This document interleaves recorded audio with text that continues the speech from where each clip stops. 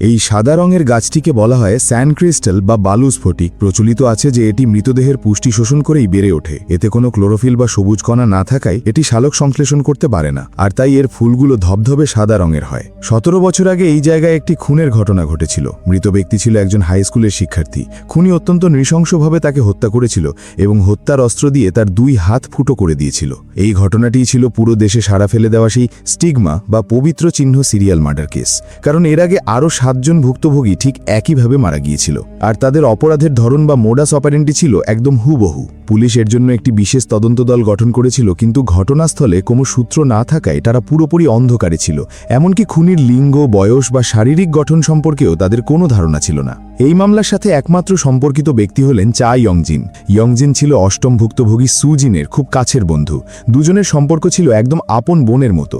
Soo-jin মারা যাওয়ার ঠিক আগে তাকে 3টে ফোন করেছিল, কিন্তু সে কোনোটিই রিসিভ করতে পারেনি, আর এই বিষয়টা তাকে সবসময় কুঁড়ে কুঁড়ে খায়। সেই যদি সেই ফোনগুলো ধরত, হয়তো চা ইয়ংজিন মারা যেত না। পুলিশ ইয়ংজিনের জবানবন্দি নিয়ে তাকে বাড়িতে পাঠিয়ে দেয়। ঠিক সেই মুহূর্তে তার ফোনটি বেজে ওঠে, আর অবাক করা বিষয় হলো ফোনটি সুজিনের কাছ থেকেই এসেছে।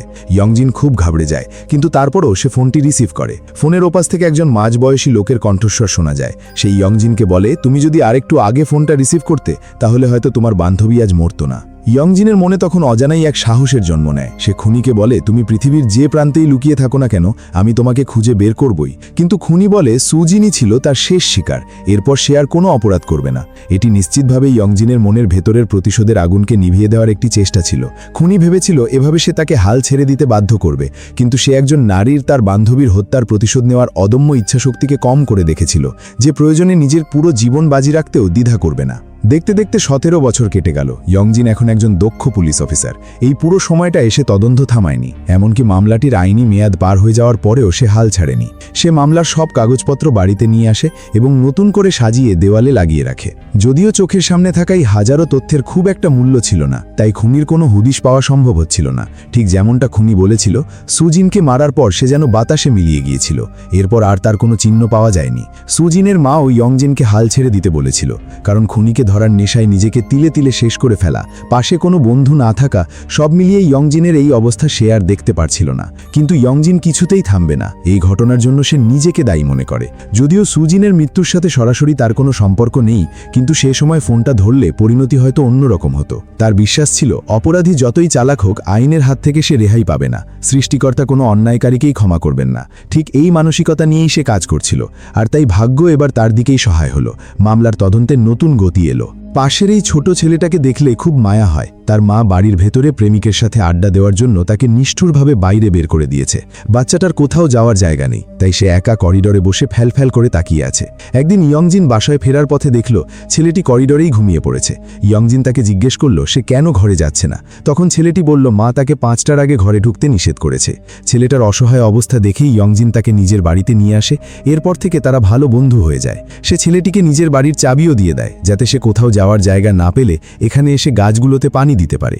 কিন্তু সে ছেলেটিকে সতর্ক করে দেয় যে এই ঘরের ভেতরে অন্য সব জায়গা খোলা থাকলেও নির্দিষ্ট একটি রুমের দরজা যেন সে কখনো খোলে না।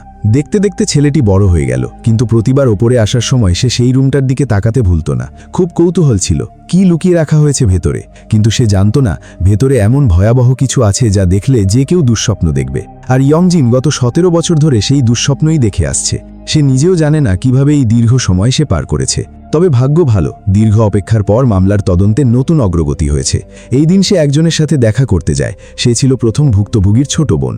সে জিনিসপত্র গোছানোর সময় এই পুতুলটি পায় এবং চা অফিসারকে এর ইতিহাস বিস্তারিত খুলে বলে। তার দিদি বিপদে পড়ার আগের সময়টাতে প্রায়ই এক অদ্ভুত লোকের সাথে দেখা করত।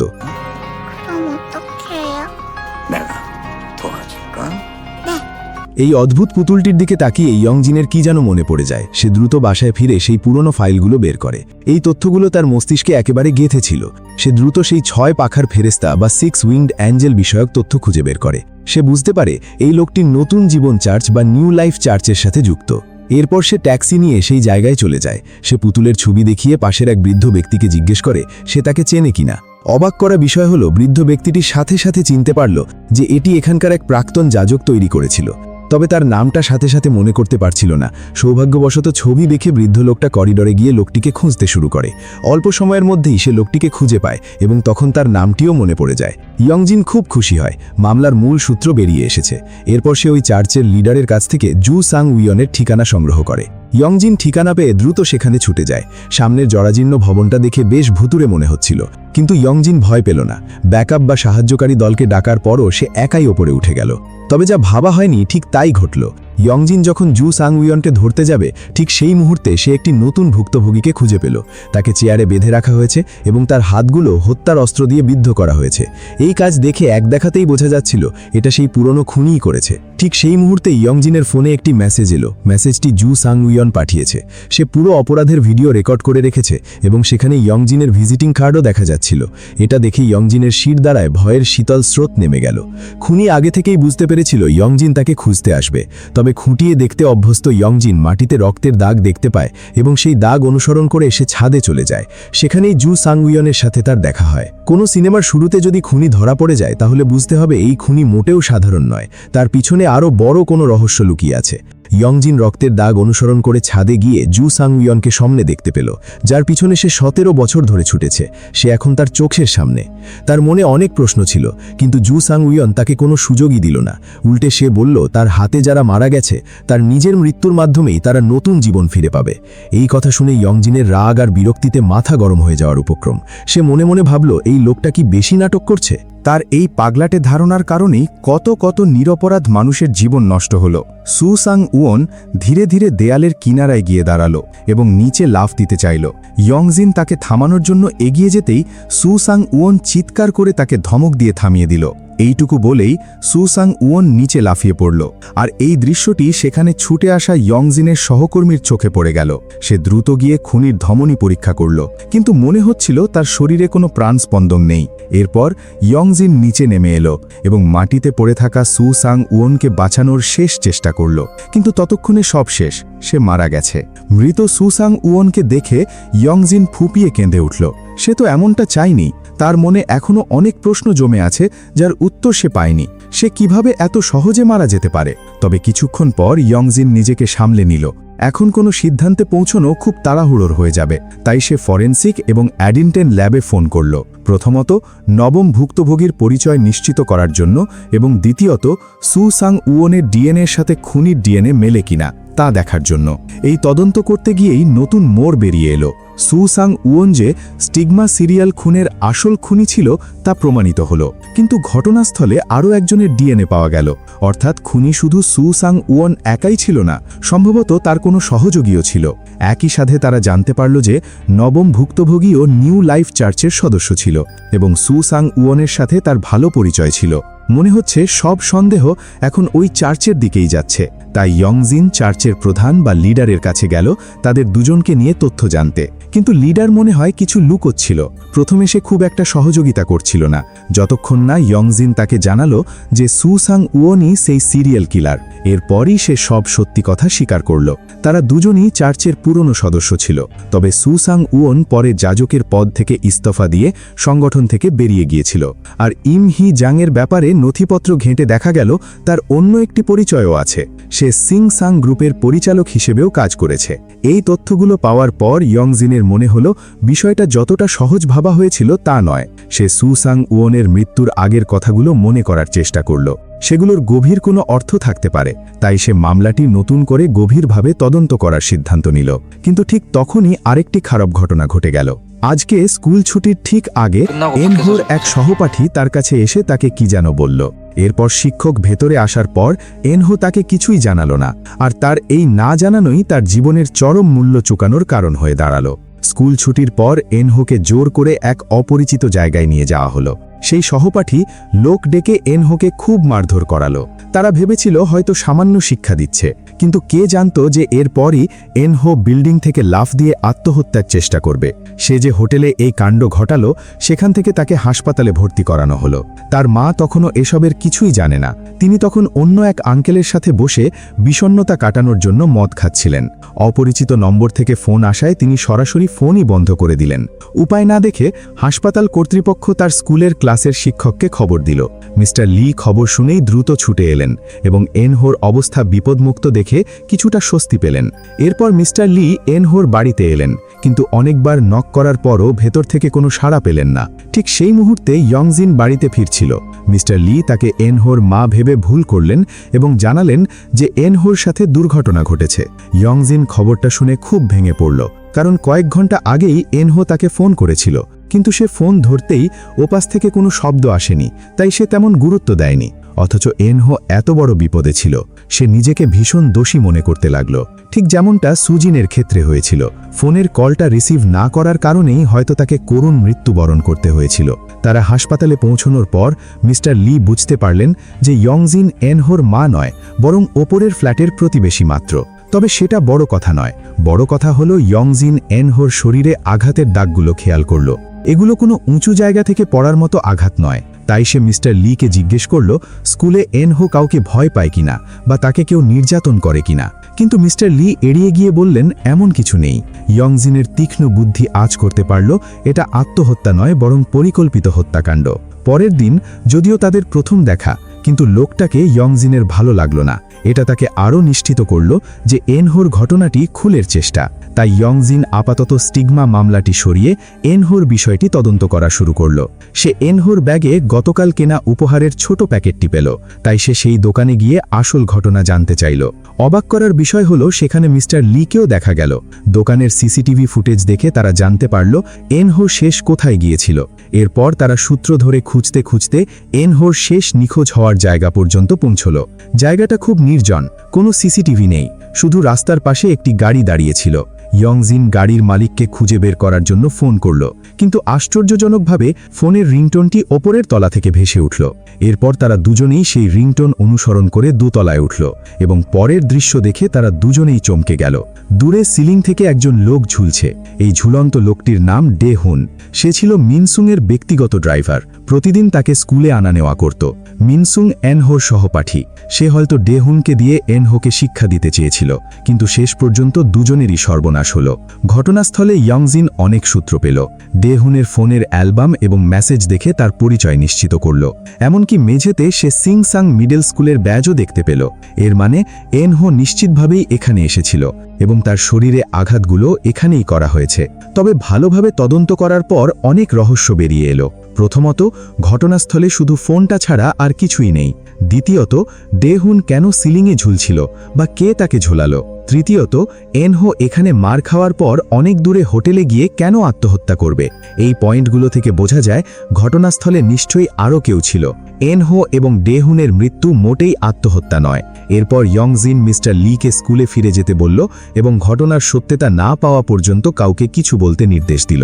এদিকে মিস্টার লি এর মনে পড়ল এনহো গতকাল যে ব্যাগটা নিয়ে স্কুলে গিয়েছিল সেটা তার প্রতিদিনের ব্যাগের মতো ছিল না।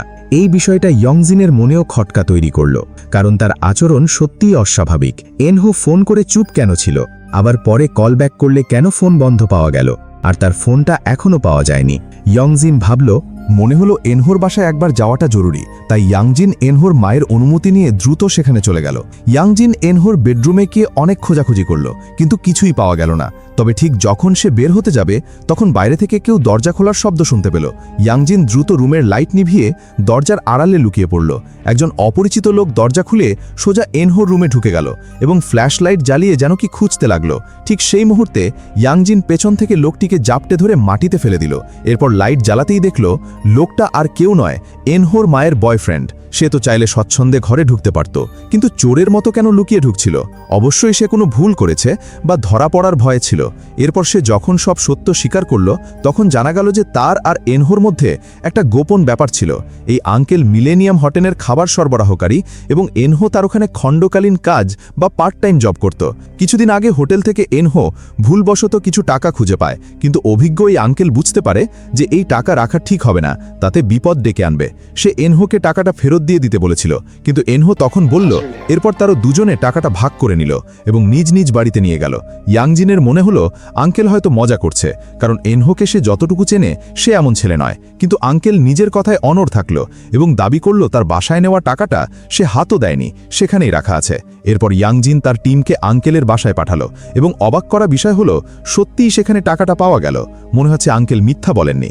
মামলাটিতে জড়ানো মানুষের সংখ্যা ক্রমশ বাড়ছে, কিন্তু ইয়াংজিনের মনে হচ্ছিল কোথায় যেন একটা ফাঁক রয়ে গেছে। এনহোর বাসার বাইরে সে হঠাৎ মনে করল আরেকটি জায়গা এখনও চেক করা বাকি, স্কুলে এনহোর লকার।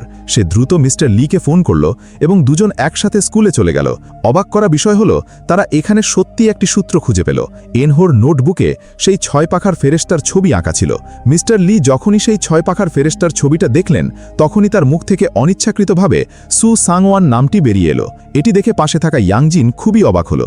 জানা গেল মিস্টার লি খুব ছোটবেলা থেকেই সু সাংওয়ানকে চিনতেন। এটি ইয়াংজিনকে আবারও মনে করিয়ে দিল সেই সদ্য মৃত সু সাংওয়ানের কথা। সে কতগুলো নিরপরাধ মানুষের জীবন নষ্ট করেছে, আর এনহো আসলে কখন তার সাথে পরিচিত হলো। ইয়াংজিনের মাথায় অনেক প্রশ্ন ঘুরপাক খাচ্ছিল।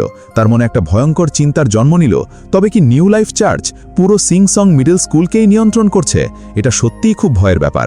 তবে মিস্টার লি তার এই চিন্তাটা মুছে দিলেন, কারণ তার জানা মতে স্কুলে কখনো কোনো ধর্মীয় কার্যক্রম চালানো হয়নি। এতে ইয়াংজিন কিছুটা আশ্বস্ত হলো। ঠিক সেই মুহূর্তে মিস্টার লিয়ের একজন ব্যক্তির কথা মনে পড়ল। গতকাল সকালে স্কুলের ছাদে তিনি এনহো আর দং উনকে দেখেছিলেন। তখন এনহোর পিঠে সেই বড় ব্যাগটি ছিল এবং তারা দুজন যেন কোনো কিছুর লেনদেন করছিল। এই কথা শুনে তারা দুজনে দং উনের বাসায় যাওয়ার সিদ্ধান্ত নিল। হয়তো তার কাছ থেকে কিছু জানা যেতে পারে। কিন্তু সেখানে পৌঁছে দেখল সে বাড়িতে নেই এবং বাড়িতে আর কেউ নেই, শুধু তার খালা ছাড়া। তার খালার কথা অনুযায়ী দং উনের একজন ছোট ভাই আছে যে জন্ম থেকেই হৃদরোগে আক্রান্ত। ভাই জন্ম নেওয়ার পরই তার মা মারা যান, আর তাদের বাবা ছিল একজন মাতাল যে সবসময় মদ আর জুয়া নিয়ে ব্যস্ত থাকত এবং কখনো তাদের খোঁজ খবর নেয়নি। কিছুদিন আগে সে প্রতারণা ও হুমকির দায়ে জেলেও গেছে। দংন কিছুদিন আগে একবার বাড়িতে এসেছিল এবং তার কাছে টাকা ধার চেয়েছিল। বলেছিল ভাইয়ের অপারেশনের জন্য টাকা জোগাড় করতে হবে, কিন্তু এরপর আর কোনো খোঁজ পাওয়া যায়নি। এটুকু শুনে ঘটনার মোটিভ বুঝতে পারল ইয়াংজিন, কিন্তু সত্য জানতে হলে দংমিংকে খুঁজে বের করতেই হবে। এরপর ইয়াংজিন তার রিসোর্স ব্যবহার করে দংমিংয়ের ফোনের লোকেশন বের করল এবং জানালো যে সে এখন মিলেনিয়াম হোটেলে আছে। আসলে দংমিং এনহোর দুর্ঘটনার খবর শুনেই সেখানে ছুটে এসেছে। সে পকেট থেকে এনহো দেওয়া সেই টাকাটা বের করে মাটিতে আছাড় মারল, কারণ তার কারণেই এনহোর এই বিপদ হয়েছে। সে খুব অপরাধ বোধে ভুগছিল। ইয়াংজিন সেখানে পৌঁছালো এবং মাটিতে বসে থাকা দংমিংকে দেখে তার ভেতরের কষ্ট চেপে রাখতে পারল না, কেঁদে ফেলল। সে ইয়াংজিনকে সব খুলে বলল। সে আর এনহো পরিচিত হওয়ার ঘটনাটা পুরোপুরি কাকতালীয়। ভাইয়ার চিকিৎসার জন্য সে টাকা চুরি করতে বাধ্য হয়েছিল। একবার এনহো তাকে হাতে নাতে ধরে ফেলে। এনহো তাকে টাকাটা ফেরত দিতে বাধ্য করে এবং এরপর তারা দুজনে সেই মাতাল আঙ্কেলকে গাড়িতে তুলে দেয়। কৃতজ্ঞতা স্বরূপ আঙ্কেল তাদের কিছু টাকা দিয়েছিল। এনহোর এই সততা দংমিংকে বদলে দিয়েছিল। এরপর সে আর চুরি করেনি এবং এনহোর সাথে পার্ট টাইম কাজ শুরু করে। হোটেলে এনহো যে টাকাটা খুঁজে পেয়েছিল সেটাও দংমিংয়ের ভাইয়ের চিকিৎসার জন্যই ছিল, কিন্তু কে জানত যে এটাই বিপদ ডেকে আনবে। এসব শুনে ইয়াংজিন কিছুটা আশ্বস্ত হলো, কারণ দংমিংয়ের কথা তার আগের অনুমানের সাথেই মিলে যায়। এখন বাকি কাজ হলো এই টাকার উৎস খুঁজে বের করা, যা আবারও সেই মিলেনিয়াম হোটেলের দিকেই ইঙ্গিত করছে। এদিকে মিলেনিয়াম হোটেলের ম্যানেজার ব্যাক সাংহো হাসপাতালে এনহোকে দেখতে এসেছে। সে এনহোর মাকে বলল হাসপাতালের সব খরচ সে বহন করবে এবং তার লোক ওখানে দেখাশোনা করবে, তাই চিন্তা করতে হবে না। এমন অপ্রত্যাশিত দয়ার বিপরীতে এনহোর মায়ের মনে কিছুটা সন্দেহ জাগলই। ব্যাক সাংহো দ্রুত ব্যাখ্যা করল যে এনহো এমন একজনকে বাঁচিয়েছে যে তার জন্য খুব গুরুত্বপূর্ণ, আর এনহো তার ম্যানেজ করা হোটেলেই দুর্ঘটনায় পড়েছে, তাই তার দায় নিতেই হবে। তার কথাগুলো শুনতে নিখুঁত মনে হচ্ছিল। মূল বিষয় ছিল পরের অংশটা। আসলে কোনো লাভ ছাড়া তো কেউ এমন কাজ করে না। এনহো এখনও তার খুব কাজের। জানা গেল এনহো দুর্ঘটনার আগে একজনকে বাঁচিয়েছিল এবং সেই লোকটির সাথে সু সাংওয়ানের খুব গভীর সম্পর্ক ছিল। এনহোর বাঁচানো সেই লোকটির নাম জাং কি জুন, যে কিনা নবম ভুক্তভোগী ইম সিকজিনের ঘনিষ্ঠ সহযোগী ছিল আর নিজেও নিউ লাইফ চার্চের সদস্য ছিল। সু সাংওয়ানের সাথে তার সম্পর্ক ছিল আপন ভাইয়ের মতো। জাং কি জুন জ্ঞান ফেরার পর এনহোর প্রতি কৃতজ্ঞতা প্রকাশের জন্য তাকে একটি রহস্যময় বই উপহার দেয়। এনহো অনিচ্ছাকৃতভাবে তা গ্রহণ করে, আর জাং কি জুনের হঠাৎ হৃদরোগে আক্রান্ত হওয়ার কারণ ছিল ব্যাক সাংহো ও তার লোকের ধাওয়া। ব্যাক সাংহো আসলে তার কাছে থাকা সেই বইটিই পেতে চাইছিল। কারণ ওই বইয়ের ভেতরে লুকিয়ে আছে এক মহা গোপন রহস্য। কিন্তু সে ভাবতেও পারেনি জাং কি জুন এতটা গুরুত্বপূর্ণ জিনিস এনহোর কাছে দিয়ে দেবে। এরপর এনহো যে জাং কি জুনকে বাঁচিয়েছে সেই খবর ব্যাকসাংহোর কাছে পৌঁছে যায়। তাই সে একদিকে এনহোর ওপর নজর রাখতে শুরু করে আর অন্যদিকে জাং কি জুনকে খুঁজে বেড়াতে থাকে। একদিন ব্যাকসাংহো নিউ লাইফ চার্চে যায় এবং সেখানে তার দেখা হয় সাদা চুলওয়ালা বৃদ্ধ লিউ ম্যানেজারের সাথে। যদিও বহু বছর পর দেখা, কিন্তু লিউ ম্যানেজার তাকে এক পলকেই চিনে ফেললেন। সেই ছোটবেলায় ব্যাকসাংহোকে যখন এখানে আনা হয়েছিল তখন সে হাড় জিরজিরে কঙ্কালসার ছিল। কেউ ভাবতেই পারেনি সে বেঁচে থাকবে, অথচ আজ সে রূপ বদলে মিলেনিয়াম হোটেলের প্রেসিডেন্ট বনে গেছে। ভাবাই যায় না। কথা শেষ করে তিনি তাকে ছোটবেলার ছবি দেখালেন। মাঝখানে লাল জামা পরা ছেলেটি হল ব্যাকসাংহো। বাম পাশের এই গোলগাল ছেলেটির নাম গো হি দং, যে তার ছোটবেলার সঙ্গী ছিল। এখন সে তার সাথেই মিলেনিয়াম হোটেলে ম্যানেজার হিসাবে কাজ করছে। আর ডান পাশের জন হলেন সিংসাং গ্রুপের প্রেসিডেন্ট ও সিংসাং মিডল স্কুলের নামমাত্র প্রিন্সিপাল ইউ। তার পাশের ভদ্রমহিলা হলেন প্রেসিডেন্ট ইউ এর স্ত্রী, যিনি আবার মিস্টার লি এর বড় বোন। তাই মিস্টার লি ছোটবেলা থেকেই সু সাংওয়ানকে চিনতেন, এটা তেমন বড় কোনো বিস্ময় নয়। যাওয়ার সময় ব্যাকসাংহো লিউ ম্যানেজারকে কিছু টাকা দিল। টাকাটা হাতে পাওয়ার পর লিউ ম্যানেজার কার সাথে এক ডাবল গেম শুরু করলেন, কারণ জাং কি জুনও দুদিন আগে তার কাছে এসে আশ্রয় চেয়েছিল এবং কথা দিয়েছিল কাজ সফল হলে তাকে অনেক বড় পুরস্কার দেবে। তাই লিউ ম্যানেজার দুই নৌকায় পা দিয়ে চলতে শুরু করলেন। একদিকে গোপনে জাং কি জুনকে সাহায্য করছেন, অন্যদিকে ব্যাকসাংহোর কাছে কিছু অসার তথ্য সরবরাহ করছেন। একই সময়ে ইয়ংজিনের হাতেও নতুন কিছু তথ্য এলো। সে মিলেনিয়াম হোটেলের সিসিটিভি ফুটেজ দেখে দুজন সন্দেহভাজনকে চিহ্নিত করল। হোটেলে পাওয়া সেই টাকার লেনদেনটা হয়তো তাদেরই অবৈধ কোনো কারবার ছিল। ইয়ংজিন তাদের দুজনকে জিজ্ঞাসাবাদ করার জন্য ডাকল। তার সামনে যে বসে আছে তার নাম কেভিন। সে এক রেস্তোরাঁ চেনের মালিক। চেহারা দেখেই বোঝা যায় সে কতটা ধূর্ধন্য। ইয়ংজিনের প্রশ্নে সে বারবার ঘুরিয়ে ফিরিয়ে উত্তর দিতে লাগল। তাই ইয়াংজিন আপাতত তাকে ছেড়ে দিল। অন্য সন্দেহভাজন হল লি ইয়াংসিক। সে মিলেনিয়াম হোটেলের সাবেক কর্মচারী, তবে তাকে এখন পাওয়া যাচ্ছে না। ইয়াংজিন তার টিমকে ইয়াংসিকের বাসায় পাঠালো, কিন্তু তারা অবাক হয়ে দেখল সেখানে তার ফোন ও মানিব্যাগ পড়ে আছে, অথচ লোকটা গায়েব। আসলে এসবই ব্যাকসাংহোর কাজ। হোটেলের ওই টাকার লেনদেনের খবর পাওয়ার পরপরই সে তাদের দুজনকে অপহরণ করেছে। অন্ধকার এবং মুষলধারে বৃষ্টির সেই রাতে একটি ছোট গাড়ি লোহার গেটের সামনে এসে থামল। ভেতর থেকে একজন লোক বেরিয়ে এসে গেট খুলে দিল। এরপর গাড়িটিকে একটি পুরনো পরিত্যক্ত ভবনের সামনে নিয়ে রাখা হলো। গাড়ি থেকে একজন নামল। মুখ দেখা না গেলেও কণ্ঠস্বর শুনেই বোঝা গেল সে আর কেউ নয়, ব্যাকসাংহো। সে কেভিন এবং ইয়াংসিককে এই জনমানবহীন জায়গায় আটকে রেখেছে। কি হতে যাচ্ছে তা আর বলার অপেক্ষা রাখে না। ব্যাকসাংহোর এক সহযোগী পরামর্শ দিল তাদের দুজনকে মেরে ফেলে ঝামেলা চুকিয়ে দিতে, কিন্তু ব্যাকসাংহোর অন্য পরিকল্পনা ছিল। এরপর সে লোকটিকে একটি কুড়াল দিল এবং দুজনকে একে অপরের সাথে লড়াই করতে বলল। যে জিতবে সেই বাঁচবে। কেভিন এক মুহূর্ত দেরি না করে কুড়ালটি হাতে নিল, কিন্তু সে যখন আক্রমণ করতে গেল তখন ইয়াংসিক বলে উঠল, ওর কথায় ভুলো না, তুই আমাকে মারলে ওরা তোকে এমনিতেই শেষ করে দেবে, তার চেয়ে বরং ওদের বিরুদ্ধে আমরা লড়াই করি। কিন্তু কেভিন বোকা ছিল না। তাদের দুজনের শক্তির তুলনায় ওদের সাথে লড়াই করা মানে হলো পাথরে মাথা ঠোকা। তাই সে বাজি ধরল যে ব্যাকসাংহো হয়তো তার কথা রাখবে। সে কুড়াল তুলে ইয়াংসিকের গায়ে আঘাত করল এবং ইয়াংসিক মাটিতে পড়ে গেল। কেভিন ব্যাকসাংহোর সামনে হাঁটু গেড়ে বসে প্রাণ ভিক্ষা চাইল, কিন্তু ঠিক সেই মুহূর্তে তার পেছনে থাকা ইয়াংসিক আবার উঠে দাঁড়ালো। এই দুই সন্দেহভাজন একসাথে গায়েব হয়ে যাওয়ায় ইয়ংজিনের তদন্ত আবার থমকে গেল। আর তখনই ব্যাকসাংহো নিজে থেকেই ইয়ংজিনের কাছে এলো, যেন ইচ্ছে করেই কিছু সূত্র ফাঁস করছে। ব্যাকসাংহোর এই কথাগুলো ইয়ংজিনের মনে খটকা জাগালো। সে যেন অনেক কিছুই জানে। ফেরার পথে ইয়ংজিন বারবার ব্যাকসাংহোর কথাগুলো ভাবছিল। হঠাৎ তার মাথায় কিছু একটা এলো এবং সে দ্রুত কেভিনের বাসায় ছুটে গেল। সেখানে গিয়ে সে সত্যি সত্যি একটি লাশ খুঁজে পেল। কেভিন টয়লেটে শক্ত হয়ে বসেছিল, তার বুকের ওপর একটি ব্যাগ ধরা। ব্যাগটি দেখে ইয়াংজিনের খুব চেনা চেনা মনে হলো। তার হঠাৎ মনে পড়ল এটা এনহোর ব্যাগ নয় তো। তাই সে নিশ্চিত হবার জন্য ব্যাগটি খুলল এবং ভেতরে একটি বই পেল যা ঠিক এনহোর পড়া বইটির মতোই। সে বইয়ের শেষ পৃষ্ঠায় এনহোর লেখা মন্তব্যগুলো দেখে নিশ্চিত হলো এটি এনহোরই ব্যাগ। তাহলে এনহোর ব্যাগ এখানে কিভাবে এলো? তাদের মধ্যে কি সম্পর্ক? এরপর ইয়াংজিন কেভিনের লাশ পরীক্ষা করে দেখল মৃত্যুর আগে তাকে প্রচুর ড্রাগ দেওয়া হয়েছিল। এছাড়া কবজির দাগ দেখে বোঝা যাচ্ছিল তাকে অপহরণ করা হয়েছিল।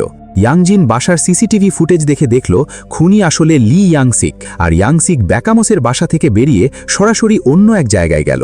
আর সেই জায়গাটি হলো ঠিক সেই পরিত্যক্ত ভবন যেখানে ডে হুন ঝুলেছিল। সে এখানে কেন এলো? সব কি নিঃশক কাকতালীয়? লি ইয়াংসিক কেন ডে হুনের ঝুলে থাকার জায়গায় এলো? আসলে এসব কিছুই কাকতালীয় নয়, বরং সবটাই সুপরিকল্পিত। আর এর নেপথ্যের কারিগর হল ব্যাক সাংহো। সে এনহোর পুরো ঘটনার দায় লি ইয়াংসিকের ওপর চাপিয়ে দিয়েছে এবং তার পরিবারকে জিম্মি করে সব দোষ স্বীকার করতে বাধ্য করেছে। লি ইয়াংসিক ব্যাকামোসের বাসা থেকে পরিত্যক্ত ওই ভবনে পৌঁছনোর উদ্দেশ্য ছিল পুলিশের নজরে আসা, যাতে তারা তাকে গ্রেপ্তার করে। এভাবে ব্যাক সাংহোর সাজানো গল্পটা ইয়াংজিনের কানে পৌঁছে যেত। ঠিক তাই হল, লি ইয়াংসিকের গতিবিধি অনুসরণ করে ইয়াংজিন সহজেই বুঝতে পারল সে পরিত্যক্ত ভবনের দিকেই যাচ্ছে। সেখানে পৌঁছে সে সত্যিই ইয়াংসিককে হাতে নাতে ধরল। ইয়াংসিক বাধা দেওয়ার চেষ্টা করল। সে লোহার রড নিয়ে ইয়াংজিনের ওপর হামলা চালালো, কিন্তু সে জানত না তার বাস্তব যুদ্ধের অভিজ্ঞতা তোখড়। মুহূর্তের মধ্যে সে ইয়াংসিককে কাবু করে ফেলল এবং পকেট থেকে হাতকড়া বের করে তাকে আটকে ফেলল। এরপর ইয়াংসিককে হাসপাতালে নিয়ে যাওয়া হলো। সেখানে সে ইয়াংজিনের কাছে সব সত্যি স্বীকার করল। আসলে কেভিনই ছিল পুরো ঘটনার মূল পরিকল্পনাকারী। এনহো হোটেল থেকে টাকা সরিয়ে ফেলেছে জানতে সে ইয়াংসিককে পাঠিয়ে এনহোর ব্যাগ ছিনতাই করায়, কিন্তু ব্যাগে টাকা না পেয়ে সে ডেহুনকে পাঠায় এনহোর মুখ খুলে টাকা আদায় করে। এনহো মুখ না খোলায় তাকে মিলেনিয়াম হোটেলের ছাদে নিয়ে যাওয়া হয়, আর সেখানেই ভুলবশত সে নিচে পড়ে যায়। পরবর্তীতে কেভিন যখন বুঝল যে বিষয়টি অনেক বড় আকার ধারণ করেছে, তখন সে সাক্ষীদের সরিয়ে ফেলার সিদ্ধান্ত নেয়। তাই সে ডেহুনকে সেই পরিত্যক্ত ভবনে ডাকে এবং তাকে অজ্ঞান করে আত্মহত্যার নাটক সাজায়। ব্যাক সাংহোর সাজানো এই গল্পটি শুনতে যৌক্তিক মনে হলেও ভালো করে বিশ্লেষণ করলে দেখা যায় এতে অনেক অসঙ্গতি আছে। কারণ ডেহুনের সাথে তাদের কোনো ব্যক্তিগত পরিচয় বা লেনদেন ছিল না। মনে হচ্ছিল পুরো ঘটনাটিকে জোড়া লাগানোর জন্য তাকে জোর করে টেনে আনা হয়েছে। এছাড়া ইয়াংজিনের তদন্তে আরও বেরিয়ে এলো যে ডেহুনের নাইট ব্লাইন্ডনেস বা রাতকানা রোগ আছে। রাতে হেডলাইট ছাড়া সে গাড়ি চালানো তো দূরের কথা, রাস্তাঘাট ঠিকমতো দেখতেই পায় না। কিন্তু সেদিন রাতে ডেহুনের গাড়ি হেডলাইট ছাড়াই চলছিল এবং সে ইচ্ছাকৃতভাবে দুর্গম রাস্তা বেছে নিয়েছিল। এদিকে মিনসুং স্বীকার করেছে যে সে ডেহুনকে এনহোর উপর চড়াও হওয়ার দায়িত্ব দিয়েছিল, কারণ এনহো তার পরীক্ষার নকল করার বিষয়টি ফাঁস করে দেওয়ার হুমকি দিয়েছিল। তাছাড়া কেভিনের কবজিতে দড়ির দাগ ইয়াংসিকের দেওয়া শয়তান দেখার মতো অদ্ভুত সব অসঙ্গতি ইঙ্গিত দিচ্ছিল যে খুনি আসলে অন্য কেউ। এদিকে মিস্টার লি একটি নতুন সূত্র খুঁজে পেয়েছেন। নথিপত্র ঘাটার সময় তিনি স্কুলের জরুরি মহড়া বা ইমার্জেন্সি এসকেপ ক্লাসের কথা দেখেন, আর মুহূর্তের মধ্যেই এনহোর বিষয়টি তার মাথায় খেলে যায়। তিনি দ্রুত মিলেনিয়াম হোটেলের ছাদে গিয়ে সেফটি ডিসেন্ডার বা নামার যন্ত্রের বাক্সটি খোলেন। তিনি ভেতর থেকে দড়ি বের করে ব্র্যাকেটে ঝুলিয়ে নিচে ফেলে দিলেন এবং অবাক হয়ে দেখলেন যে দড়িটি মাটি থেকে অনেকটা উঁচুতে ঝুলে আছে। এনহো যেখান থেকে পড়ে গিয়েছিল তার আসল কারণ তিনি এখন বুঝে গেলেন। এবার 1 মাস আগের ঘটনায় ফেরা যাক। সুসাং উয়ন যেদিন বিল্ডিং থেকে লাফ দিয়েছিল সেদিন আরও একটি ঘটনা ঘটেছিল। ব্যাক সাংহোর নির্দেশে গোলগাল চেহারার গোহি দং বা ছোট ফ্যাট লোকটা জাং কিজুনকে অপহরণ করতে গিয়েছিল। কিন্তু এই বোকা লোকটা জাং কিজুন যাতে পালাতে না পারে সেজন্য বাইরে থেকে দরজায় দড়ি বেঁধে রেখেছিল। অথচ সে ভাবতেই পারেনি যখন সে গ্রেফতার করতে ঢুকবে জাং কিজুন তখন জানালা দিয়ে পালিয়ে যাবে এবং বাইরে থেকে দরজাটা আটকে দিয়ে তাকে বোকা বানিয়ে যাবে। হিদং ভীষণ হতাশ হয়ে তার সহযোগী দোসিককে ফোন করে দ্রুত পিছু নিতে বলল। দোসিক যখন প্রায় জাং কিজুনকে ধরে ফেলে ঠিক তখনই সে এনহোর সামনে এসে জ্ঞান হারিয়ে ফেলে। দয়ালু এনহো দ্রুত অ্যাম্বুলেন্স ডাকে এবং চিকিৎসকের পরামর্শ অনুযায়ী সিপিআর বা হার্ট পাম্প করে বাঁচানোর চেষ্টা করে। পরে দোসিক তাদের পিছু নিয়ে হাসপাতালে যায় এবং জাং কিজুনকে এনহোর হাতে একটি বই তুলে দিতে দেখে। জাং কিজুনকে ধরা আপাতত সম্ভব নয় দেখে দোসিক তার মনোযোগ এনহোর দিকে সরিয়ে নেয়। এরপর দোসিক এনহোর পিছু নিয়ে তার বাসার নিচে পর্যন্ত যায়। কয়েকবার হামলার চেষ্টা করেও সে ব্যর্থ হয়। হিদং আর দোসিকের এই বারবার ব্যর্থতায় ব্যাক সাংহো প্রচণ্ড রেগে গেল। তবে তার মাথায় তখন নতুন পরিকল্পনা চলছিল। পরদিন সে সিংসং স্কুলে গিয়ে এনহোকে পুরস্কার দিল, আর এই সুযোগে সে দোসিককে দিয়ে এনহোর লকার এবং হিদংকে দিয়ে তার বেডরুম তন্ন তন্ন করে সার্চ করালো, কিন্তু সেই বইটি পাওয়া গেল না। শেষ পর্যন্ত দোসিক এনহো স্কুল থেকে ফেরার পথে বাইক নিয়ে এসে সুযোগ বুঝে তার ব্যাগটি ছিনতাই করে নিল, কিন্তু ব্যাক সাংহো পুরো ব্যাগ তন্ন তন্ন করে খুলেও সেই বইটি পেল না। উপায় না দেখে তারা এনহোর প্রতিটি পদক্ষেপের ওপর কড়া নজর রাখা শুরু করল। তৃতীয় দিনে ড্রাইভার ডেহুন মিনসুংকে স্কুলে নিয়ে যাওয়ার সময় লক্ষ্য করল সে খুব বিষণ্ণ। কারণ জিজ্ঞেস করায় মিনসুং পরীক্ষার নকল করার পুরো ঘটনাটা খুলে বলল। সে বলল যে এনহো তাকে হুমকি দিয়েছে নিজে গিয়ে সব স্বীকার করতে, নয়তো এনহোই হস করে দেবে, তাই সে খুব বিপদে আছে। শুনে ডেহুন রেগে গেল এবং বলল যে সে এটা সামলে নেবে। সে মিনসুংকে বলল এনহোকে স্কুল ছুটির পর ওই পরিত্যক্ত ভবনে ডেকে আনতে। এনহো যখন সেখানে পৌঁছালো সে ডেহুনকে দেখে অবাক হলো। ডেহুন তাকে কোনো ঝামেলায় না জড়ানোর জন্য শাসালো। সে এনহোর বুকে পা দিয়ে চেপে ধরে মুখ বন্ধ রাখার হুমকি দিচ্ছিল। ঠিক সেই মুহূর্তে ব্যাক সাংহো সেখানে আবির্ভূত হলো। ডেহুন তাকে দেখে ঘাবড়ে গেল। সে ভাবতেই পারেনি যে ব্যাক সাংহো এখানে আসবে। ব্যাক সাংহো ডেহুনকে দুটি অপশন দিল। ডেহুন স্বাভাবিকভাবেই চাইছিল না যে পুলিশে সব জানুক, তাই সে ব্যাক সাংহোর দেখানো পথটিই বেছে নিল। এরপর তাকে গাড়ির ডিক্কিতে আটকে ফেলে দোসিকের মাধ্যমে মিলেনিয়াম হোটেলে নিয়ে যাওয়া হলো। ব্যাক সাংহো এনহোকে বলল আপাতত বাসায় না ফিরতে। এনহো তার কথা মতো তার হোটেলে যেতে রাজি হলো। হোটেলে যাওয়ার পর ব্যাক সাংহো অত্যন্ত যত্ন সহকারে এনহো সেবা করতে লাগলো, কখনো ক্ষতস্থানে মলম লাগিয়ে দিচ্ছে, আবার কখনো মিষ্টি খাওয়াচ্ছে। এনহো তার এই আচরণ দেখে অভিভূত হয়ে গেল। এনহো যখন ব্যাকসাংহোর উপর থেকে সন্দেহ সরিয়ে ফেলল, ঠিক তখনই ব্যাকসাংহো জাংকিজুনের ব্যাপারে খোঁজখবর নিতে শুরু করল, বিশেষ করে তার কাছে থাকা সেই বইটির ব্যাপারে। কিন্তু বুদ্ধিমান এনহো তাকে কিছুই জানালো না। বিদায় নেওয়ার সময় সে এনহোকে একটি বই উপহার দেওয়ার কথা বলল। ব্যাকসাংহো ভাবতেই পারেনি যে তার এই কথাটাই এনহোর মনে সন্দেহের জন্ম দেবে। এনহো ভাবল, সে যে এই বইটি কিনেছিল সেটা সে কিভাবে জানল? তবে কি সে গতকালের সেই বাইক আরোহী ছিনতাইকারীদের সাথেই জড়িত? এই কথা ভাবতেই তার ভয় ধরল এবং সে দ্রুত সেখান থেকে পালানোর সিদ্ধান্ত নিল। নিচতলায় নামার সময় তার সাথে দোসিকের দেখা হয়ে গেল। বাধ্য হয়ে সে ছাদের দিকে দৌড় দিল, কিন্তু দোসিক এবং হিদং দ্রুত তাকে পিছু ধারা করল। উপায় না দেখে সে দ্রুত সেফটি ডিসেন্ডার বা নামার যন্ত্রটি সেট করল। তারা যখন তাকে ধরে ফেলার খুব কাছে, ঠিক তখনই এনহো নিচে ঝাঁপ দিল। এই ছোট্ট ছেলেটি সত্যি অসীম সাহসী। সে খারাপ লোকদের হাত থেকে বাঁচতে সরাসরি ছাদ থেকে লাফিয়ে পড়ল।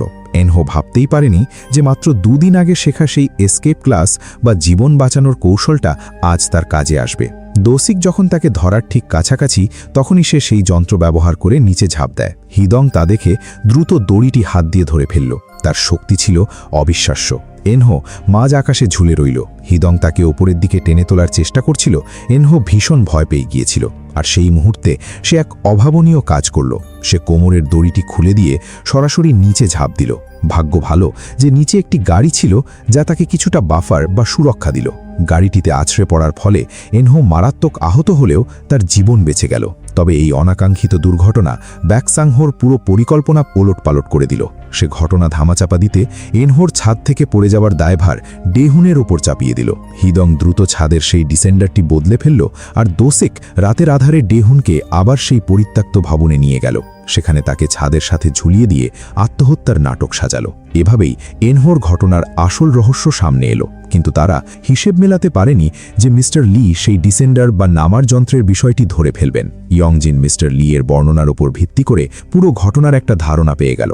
যদিও সব খুঁটিনাটি এখনও স্পষ্ট নয়, তবে সে একটি বিষয় নিশ্চিত যে খুনি অবশ্যই ওই হোটেলের ভেতরেই আছে এবং সে ডেহুন ও এনহো দুজনকেই চেনে। কেবল সেভাবেই কোনো ঝামেলা ছাড়াই তাদের সেখানে নিয়ে আসা সম্ভব। ইয়ংজিনের সন্দেহের প্রথম তালিকায় ছিল ব্যাকসাংহো, কারণ তার সাম্প্রতিক আচরণ খুবই রহস্যজনক। ঠিক এই সময় 1 মাস কোমায় থাকার পর এনহো অবশেষে জেগে উঠল।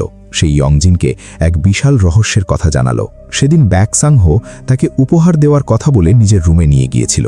সে যখন বইটি আনার জন্য ওপরে গেল, তখন এনহো টেবিলের নিচে লুকানো একটি ছবি ও মোবাইল দেখতে পেল। সেটি দেখে সে ভীষণ ভয় পেয়েছিল, কারণ ইয়ংজিনের রুমেও সে ঠিক একই জিনিস দেখেছিল। সেই ছবিটিতে সুজিন আর ইয়ংজিন একসাথে তোলা ছবি ছিল, আর মোবাইলটিও সুজিনের হারিয়ে যাওয়া সেই মোবাইলের মতোই হুবহু। সে যত ভাবছিল তত ভয় পাচ্ছিল। সে মনে করল ব্যাকসাংহো হয়তো তাকে মেরেই ফেলবে, তাই সে পালানোর সিদ্ধান্ত নিল। এর পরের ঘটনা ঠিক ইয়ংজিনের অনুমানের মতোই ঘটেছিল। প্রাণ বাঁচাতে সে ডিসেন্ডার ব্যবহার করে নিচে লাফ দেয়। এনহো ইয়ংজিনকে আরও জানালো যে জাং কিজুন তাকে যে বইটি দিয়েছিল তার নাম নিউ লাইফ গসপেল বা নতুন জীবনের বাণী। ব্যাকসাংহো ঠিক এই বইটি তার কাছ থেকে পেতে চেয়েছিল। সেটার আসল মূল্য কত তা কেবল জাং কিজুনকে খুঁজে পেলেই বোঝা সম্ভব।